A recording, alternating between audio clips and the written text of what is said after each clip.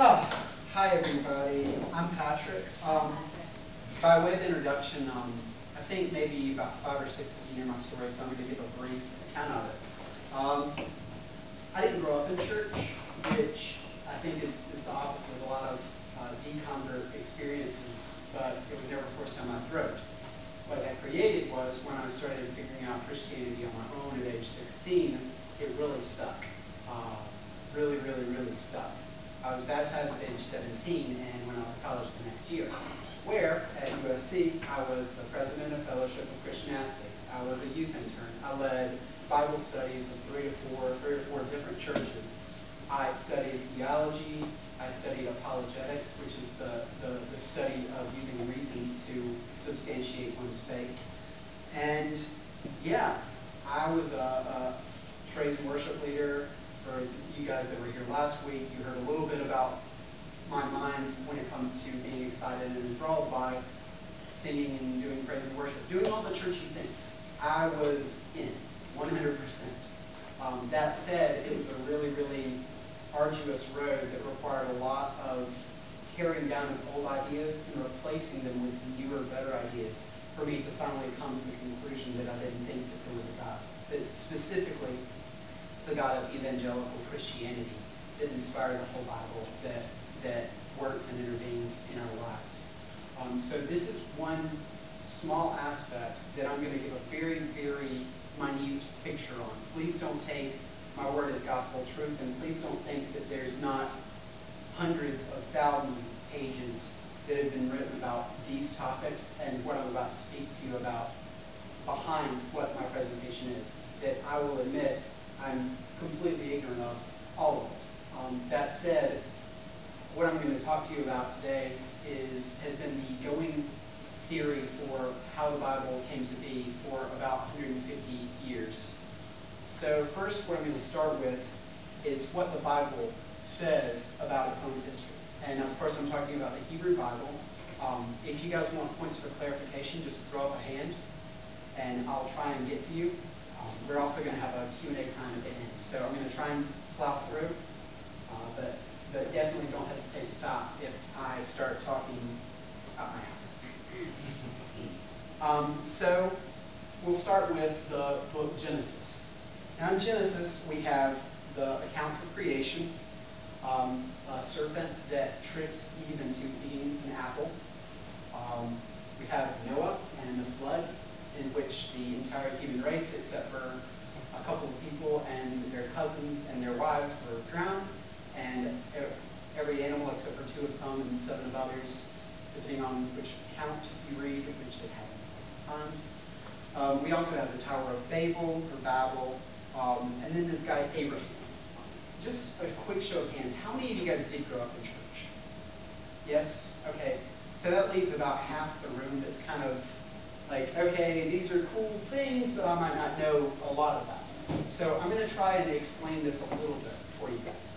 So Abraham is celebrated as an early father to the whole Jewish religion. He's also celebrated in Islam as a father to the whole religion. He is the reason that Judaism, Christianity, and Islam are known as Abrahamic religions, because he's the father, the mythological father of all three.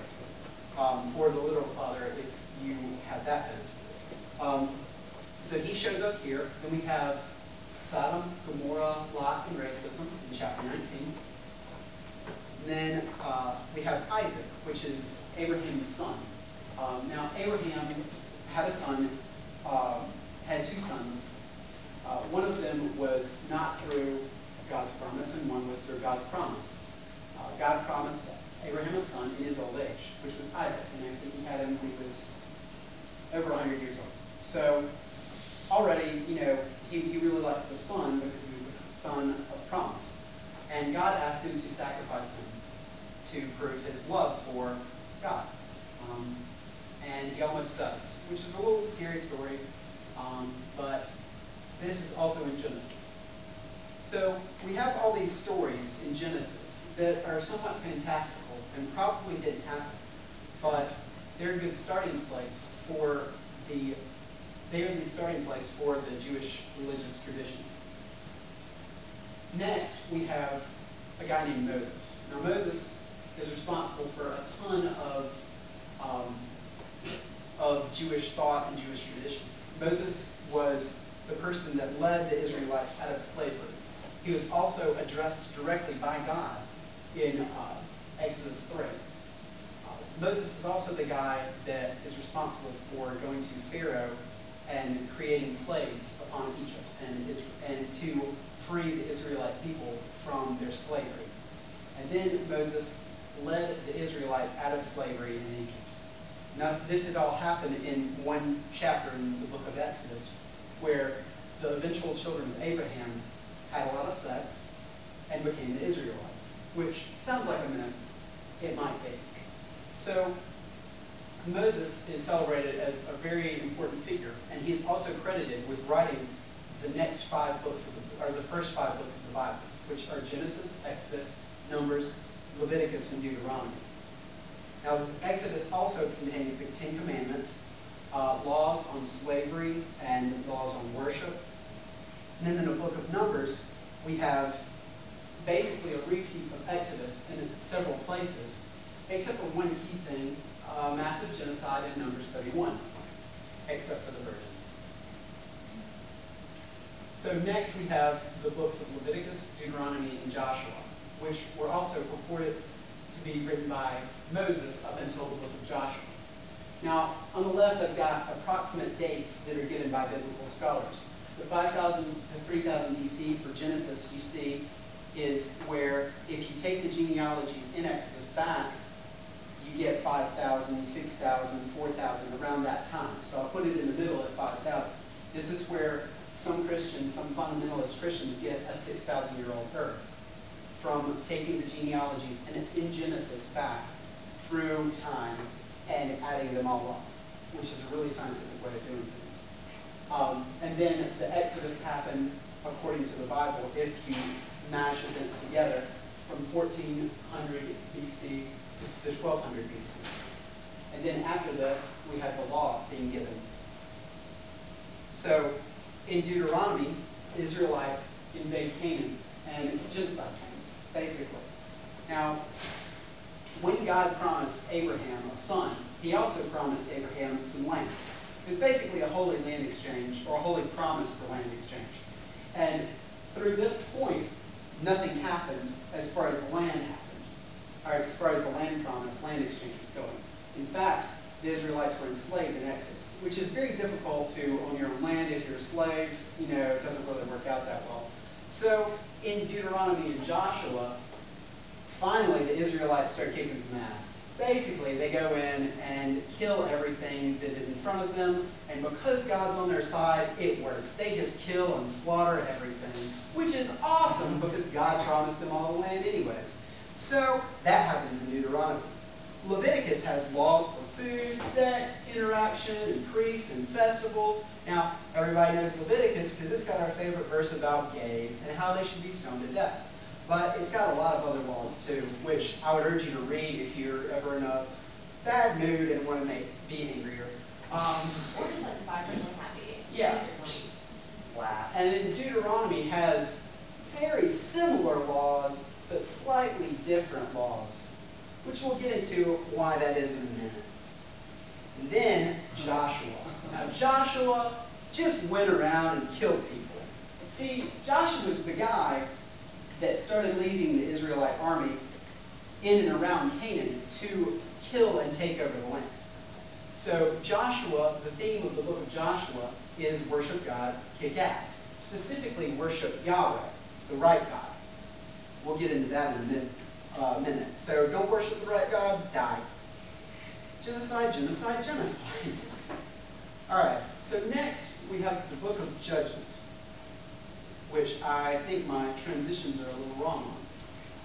So the book of Judges has a few key themes. This happens after the Holy Land, or Canaan, is inhabited and taken over by Joshua. The Israelites have already moved in. You've got it covered. Good to go. Next set was 100 or so years of rulers known as judges. These were all prophets or otherwise holy men of God, and it shows a very similar theme, such as don't worship other gods, worship the one God, and don't marry foreigners. In fact, the story of Samson and Delilah, do people kind of know that one? Have you heard that story? Samson had really long hair, and it gave him superpower strength. And there's this foreign woman, this damn whore, that he went and married, and that's bad, because she got tricked or bribed by the Philistines, which are foreigners and bad, to figure out the secret of his strength. So, yeah, as you can see, the rulers of the Philistines went to her and said, see if you can lure him into showing you the secret of his great strength. So, the story of Samson and Delilah is kind of cute, but it's also about how foreigners are bad, and especially foreign women. That theme will come up again later. So then the next thing are kind of a chunk, which is 1st and 2nd Samuel, 1st and 2nd Kings, 1st and 2nd Chronicles. Now these all kind of have similar events to one another. Samuel was a prophet who the Israelites went to and begged for a king. They basically said, hey, all these other nations have kings, why don't we have a king? And Samuel's like, well, God's going to be mad, but okay, you can have a king. And so Saul was named king. And then next, Saul sucks as a king because he's nice to people sometimes when God tells him to be an asshole. And so David is made king, and David's awesome because he does whatever the God tells him to do.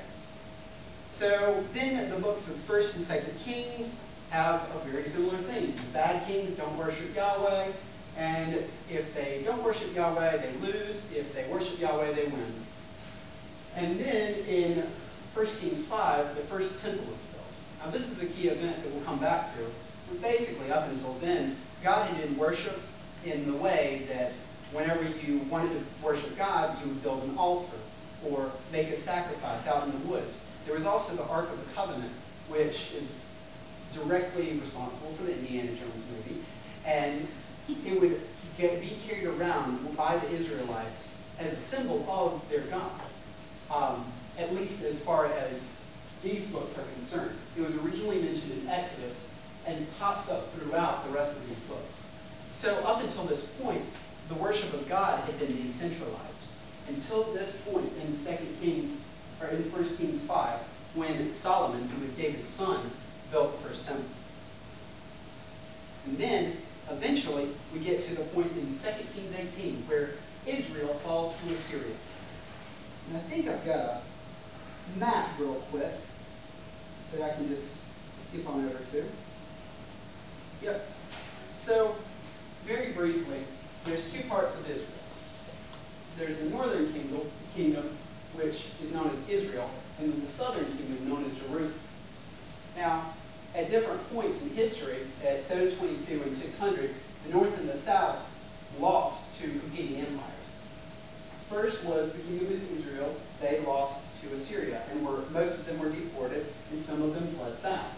And then, about 150, 200 years later, they lost to the Babylonians, and were taken over, and were deported to Babylon. So, that event is recorded in the book of 2 Kings. If I can find where I left off. There we go. So, then, in the south, there's this kid named Josiah, who is made king, and he finds the book of the law. We'll get back to that in a minute. But that sounds a little suspicious, so we want to investigate that later. And then Jerusalem falls. So, around this time, between 1600 BC, we have three key events that shape the history of Israel. 722, the north fell. In 640, Josiah is made king, and then in 600, Babylonians kick everybody's ass, and there's no more kingdom, either north or south. And then next, we have a few prophets who were kind of talking and prophesying during this time. So this parallels the events to here. Isaiah was a prophet, a key prophet before Babylonian exile, but after the Assyrian exile. So he made prophecies about Israel turning to foreign gods and losing and getting their ass kicked by the Assyrians. Jeremiah was the prophet during the reign of King Josiah, and Ezekiel was a prophet after the Babylonian exile. So,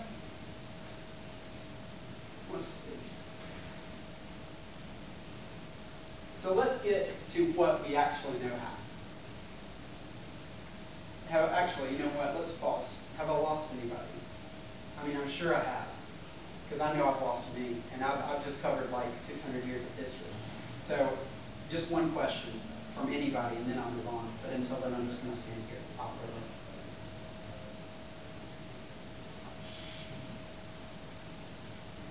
Okay. So you said the worship of God was decentralized before the building of the temple. Yeah. So they didn't use the tabernacle exclusively?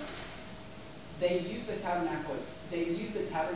As a gathering place, as well, God's presence is here, but actual worship could take place on the road while they were walking.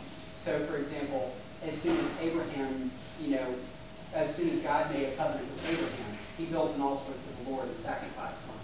When the waters receded and Noah was back on dry land, he made an altar to the Lord and sacrificed at it, and that's where he sacrificed the animals.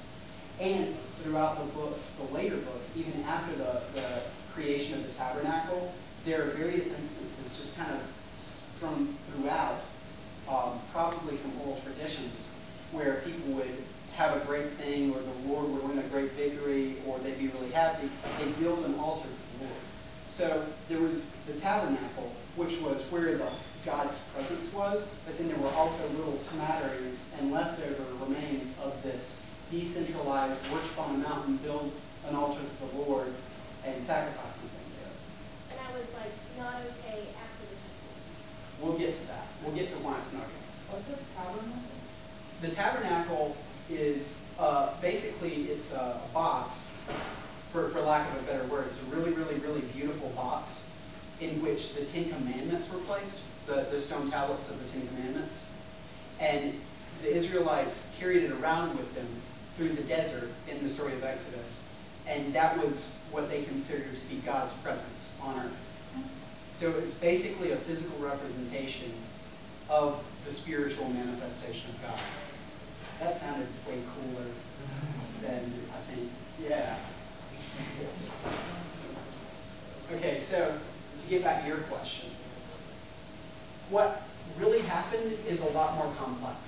I know that I kind of breezed through what the Bible says, and the way that it's ordered is, it has a really cool story. It's a story of this people that are saved by God, rescued out of slavery, and then God makes them into a great nation, as long as that group of people worships Him.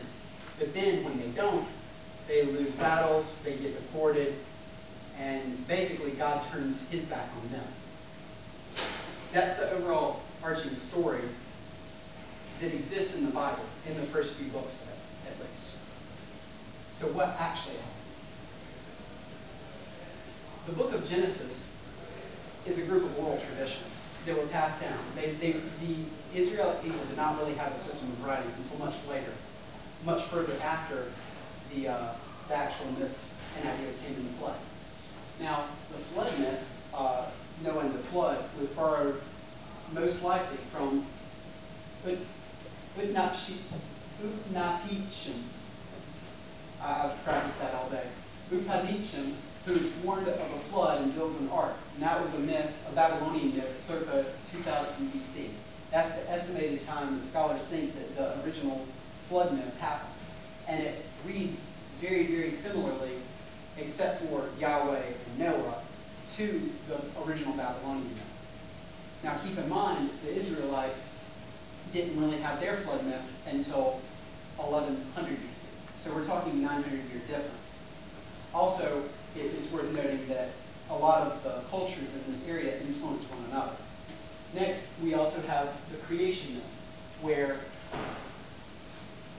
the sky and the firmament are separated from the water through a series of battles which coalesce and parallel the creation myth. You're looking at me. No. Okay. Just thinking. My thinking. Okay. Now this is a Babylonian myth as well, which has parallels to Genesis 2, which I'll also talk about in a moment. So quite a few of the stories in Genesis crop up and appear in earlier writings throughout the Mediterranean area.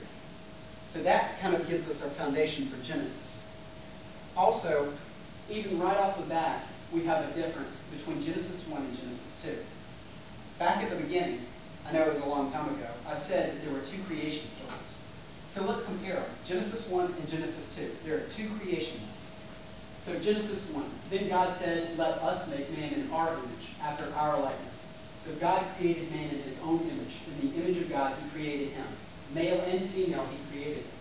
God saw all that he had made, and it was very good. And there was evening, and there was morning, the sixth day. Now, I don't have the whole myth. You can go read it on your own. There are a few things that are distinct in this myth. There are days of creation. On the first day, on the second day, on the third day. God speaks things into being. He just creates them. Out of nothing, he creates the world and the universe. Out of nothing, he speaks it into being. It just exists by his power. Men and women are made together. There's no Adam, there's no Eve. And from the wording and the later wording that I don't have here, he just created all humans all at the same time. There's no fruit, there's no serpent, none of that's here. And it curiously uses the word El every time it says God. Now, El is kind of like our word God. When it's capitalized, it refers to God Most High. But in Hebrew, the lowercase word El refers to God, any God, like Thor would be a God. So, this creates some problems, which, yes? We just have an... No, go ahead. Superman or everybody grow, parallel, do you think there's any correlation? Probably. Actually, the word Israel has correlation. So they think that the Israel El is representative of God. Now let's compare this to Genesis 2, which has a really funny verse mashed in between the two. This is the account. So this already happened. The world's already created. Humanity already exists. Everything already exists. This is the account of the heavens and earth when they were created in the day that the Lord God made the earth and heaven. This is the transition before they repeat the entire myth with completely different details. Now, in this one, God is walking around. There was no shrub, field yet in the earth. Then the Lord God formed man out of dust. The Lord God planted a garden. So in this one, we have an anthropomorphic God. It was added together in 2:4. God walks around, plants, makes man from dust, and it uses the word Yahweh. If you see this all caps Lord here, in the Bible, there are multiple names for God. From a Christian perspective, they say it's different names for the same God. From a textual critic standpoint, it's different traditions being mashed together. So over here with El, we have a very distant, very powerful God that doesn't need to have any pre-existing materials to create. And then over here, we have the Lord God walking around. Adam and Eve hide from God, and they're embarrassed, and he has to call out to them and can't find them. There are other clues, and some of the textual scholars started noticing this. So this plays into what happens next. The Exodus didn't happen. So why do we have a story in the Bible that's repeated over and over that didn't happen? The Mesha Stele, which is an Egyptian piece of writing, was found, and it's the first mention of the kingdom of Israel, or any group of people known as Israel. And it was in 840 BC. That's about 500 years after the Israelites said that they existed, and 5,000 years before they said God picked them and created the universe. Now, I've got a quote here from Rabbi David Wold, who is a Jewish rabbi. He's world-renowned, he's incredibly well-respected, and he was in a debate with Sam Harris. This is where Sam Harris uses his Elvis analogy, if some of you guys have seen that clip. No? All right, well, I'll play it later maybe. But anyways, so he says, this is a Jewish rabbi speaking, surveys of ancient settlements, pottery, remains, and so forth, make it clear that there simply was no great influx of people around the time of the Exodus. Now, archaeologists will tell you that there have been digs for the past 300 years in the area of Egypt that the Exodus was supposed to happen in. But they haven't found anything. But that's not the reason we know that there wasn't an Exodus. The reason we know is there's no change in Israel either. The people just kept on living their lives. There's no sudden influx of people. There's no change in the pottery and the way things were made, as would be present in any kind of new cultural influx. And so, most scholars believe that Israel was actually just a group of Canaanites that started having new, common religious preferences, that started coming together for a different reason, or for genealogical sharing, or no one actually knows why. But what we do know is that Israel was just Canaanite, which means,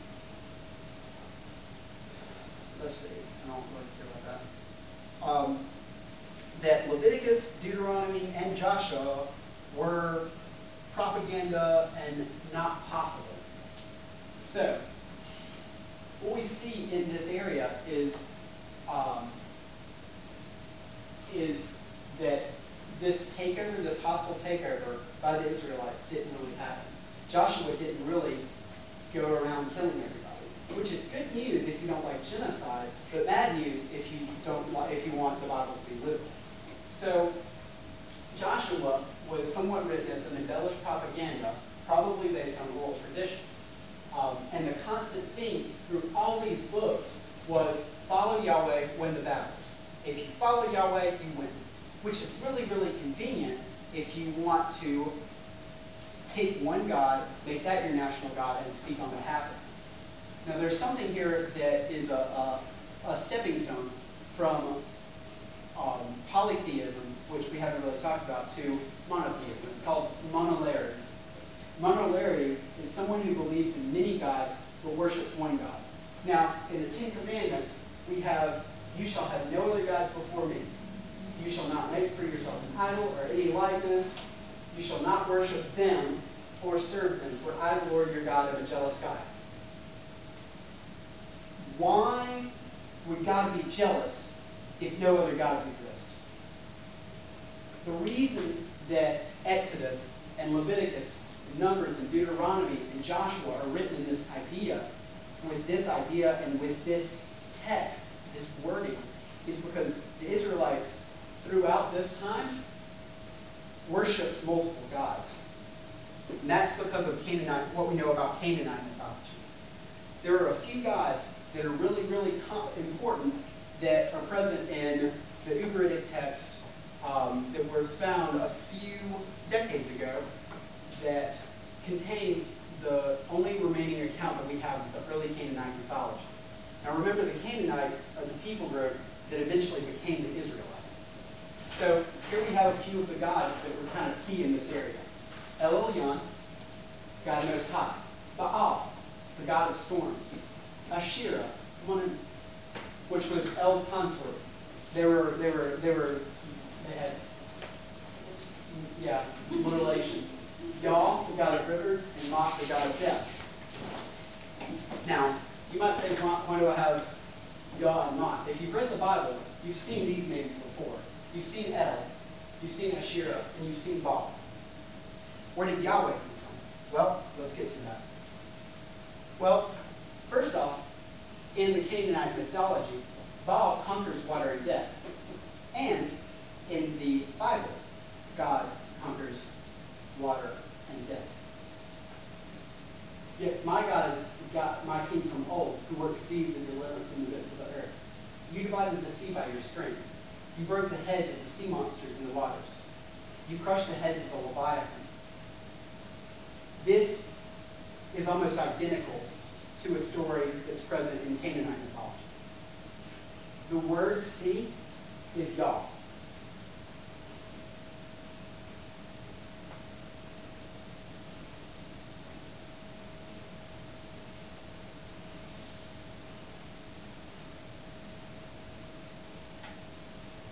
You covered it with the deep as with a garment.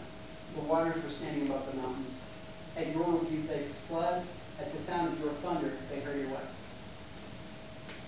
Baal, in in Canaanite mythology, was the one who conquered water and death. Finally, on this mountain he will destroy the shout that enfolds all peoples, the sheep that covers all nations. He will swallow up death forever. The word for death here, the Hebrew word for death, is mot. What we have is the record of gods being absorbed by other gods. Baal and his consort Anat, who is the goddess of war and love, rock on, sadly was absorbed into Baal. So we have El-Elyon, Asherah, and Baal, and Anat, the goddess of war and love, that coalesced into the God Yahweh. Did that? And oh, come on, there we go. Yes, Yahweh means who creates, and also means El, and it was taken, what most scholars believe, from the full name of El, which is He creates the world.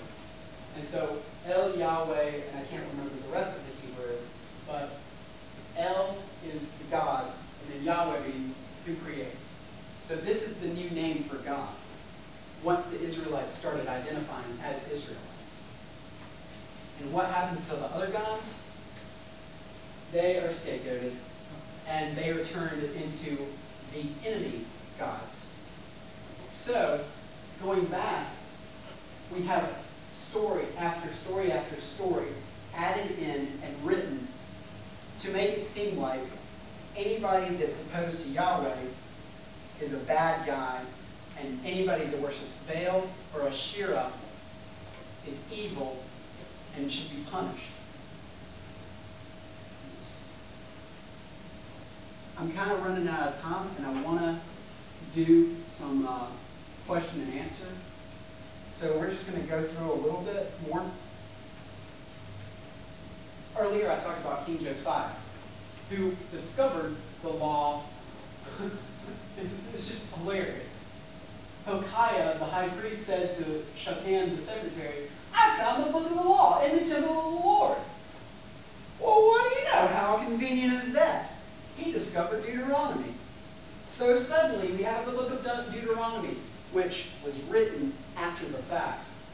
And the book of Deuteronomy, if you read it, reads like a really, really, really jealous ex that constantly guilt trips you over past mistakes and past problems, and how could you ever forget everything that I've ever done for you?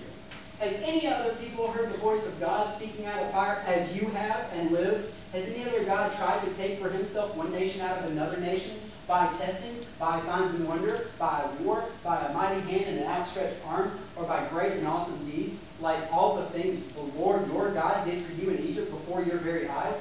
This is the law of Moses that's set before the Israelites. These are the stipulations, laws. So, we've got guilt trip.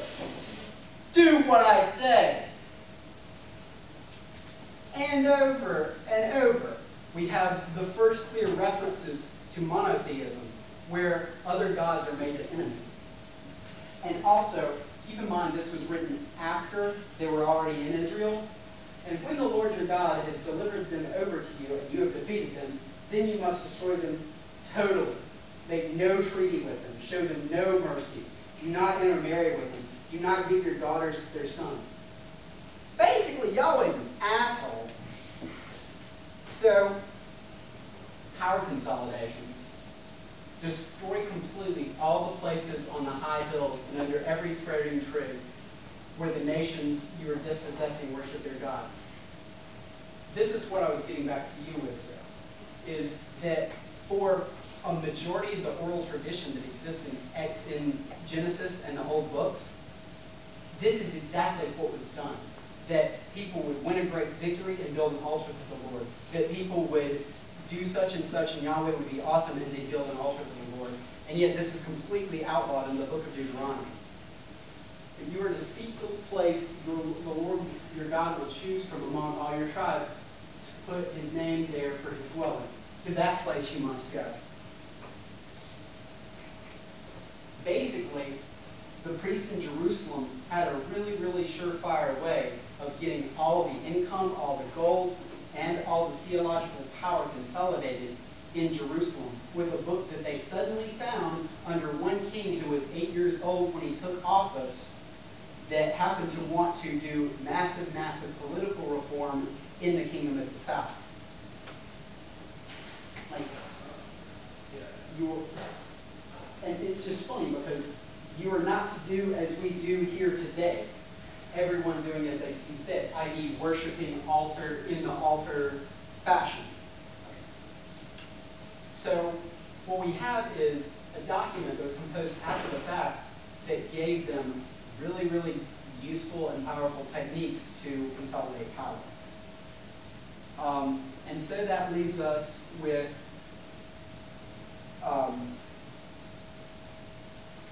the first clear reference to monotheism in the Hebrew Bible, in Isaiah, part 2. Part 1 of Isaiah was written right after Assyria took over the northern kingdom, which freaked everybody out, obviously.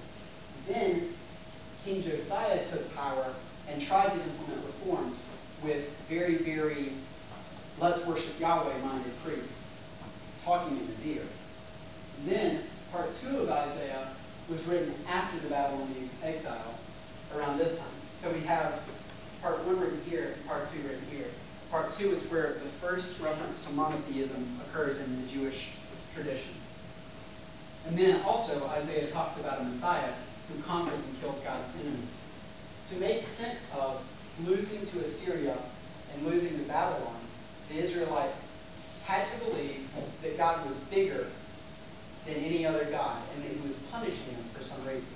Now that kind of doesn't make sense to us today, but if you had your home and everything about your life ripped up and ripped to shreds in time of war, and everything that was stable was completely unstable, and you were trying to make sense of it, you could either think that your God is dead or that your God is testing you. And the Israelite tradition and the Israelites that were alive at this time made sense of the tragedy and turned by thinking that God was testing them, that God turned away because they worshiped the wrong one, because they did false idolatry. And so, to make sense of that, they added in the previous history. And so, that leaves us with the final thing called the documentary hypothesis, which has been the going trend and explanation of this for quite some time, with multiple sources, each of which added portions of the texts and compiled it eventually into the document that we have today in the Bible. And I think I'm almost running out of time if I want to get any questions in.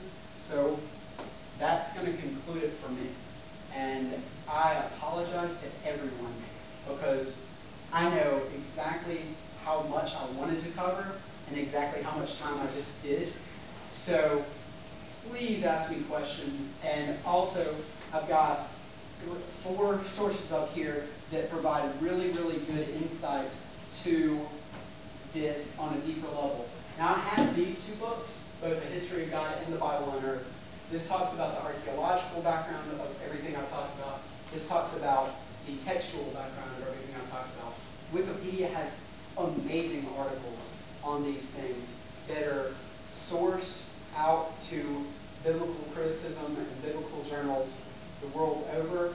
And then The Evolution of God is the best book I've found that is a compilation of all this information with even more sources and more information. It's by one of my favorite authors, Robert Wright. Thank you so much, and I want to answer your questions.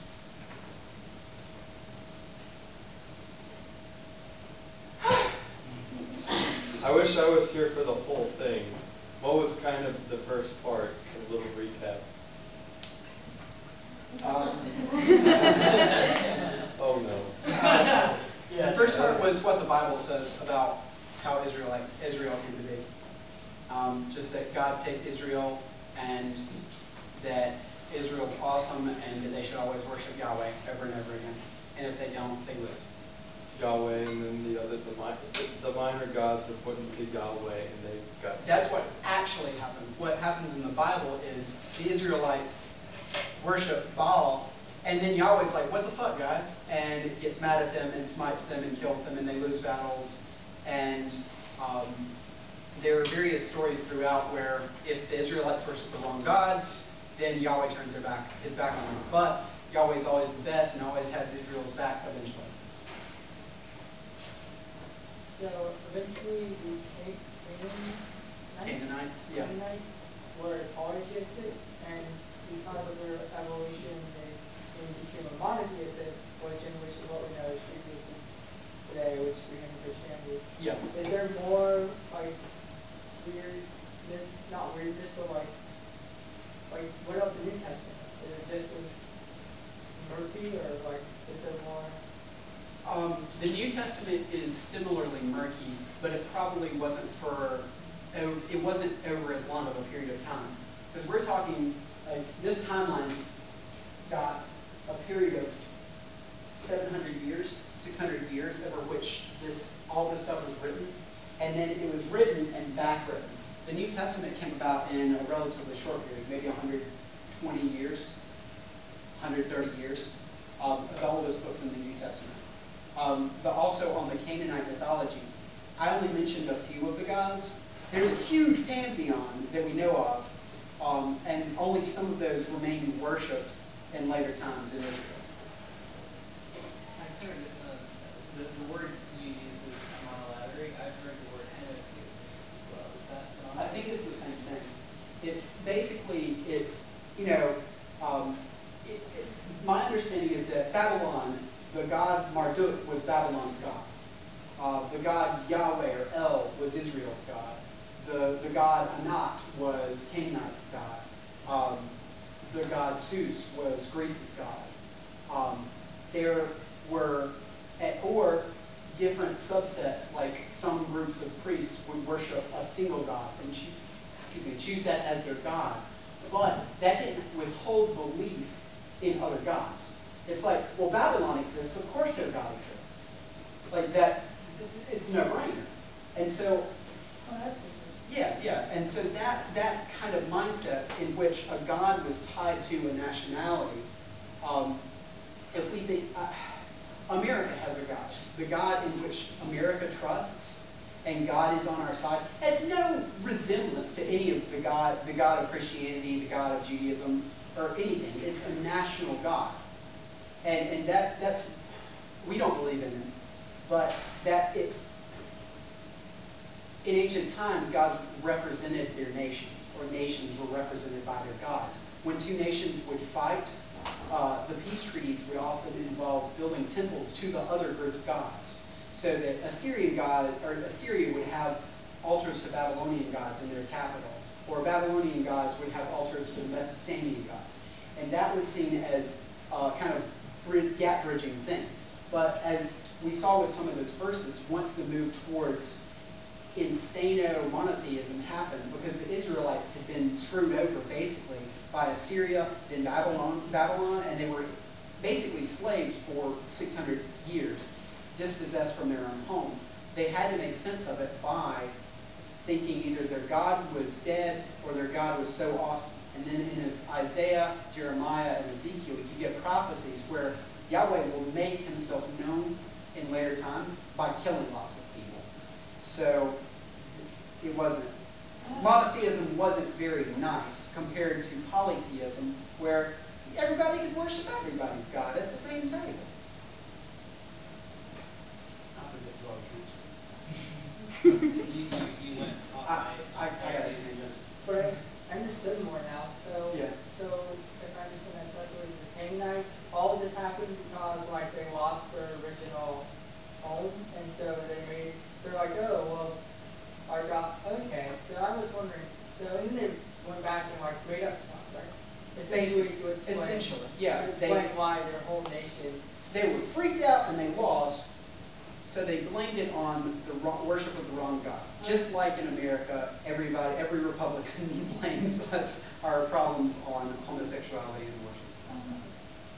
So I guess what I'm trying to say, and correct me if I'm wrong, is that like the gods of the varying peoples were not necessarily so much as like they weren't deities, but they were much more so a representation of like a collective cultural identity. Yes, it wasn't. It wasn't that El was necessarily created or worshipped as itself. It's like, oh, I'm from Canaan, I worship El. It's like, I'm from Anderson, I speak Southern. Yeah, no, you're hitting the head. You're hitting the nail on the head with that. That up until in this time, and that's why honestly monotheism's a crazy revolution, a crazy step in the evolution of gods. Because up until then it was just like your nationality was tied to your God, but because Israel had no nation, the belief in God overcompensated. So there are verses where God uses the Babylonians to exact his revenge on the Assyrians for killing, for being mean to the Israelites. And then God uses the Persians and the Persian God in his hand to smite the Babylonians. So that's where this God keeps getting elevated in power because, originally it was Baal, the storm god. He controls the storms, or Mot, the god of water, or, the death. Yeah. So is the God who parts the Red Sea Yah? Yah.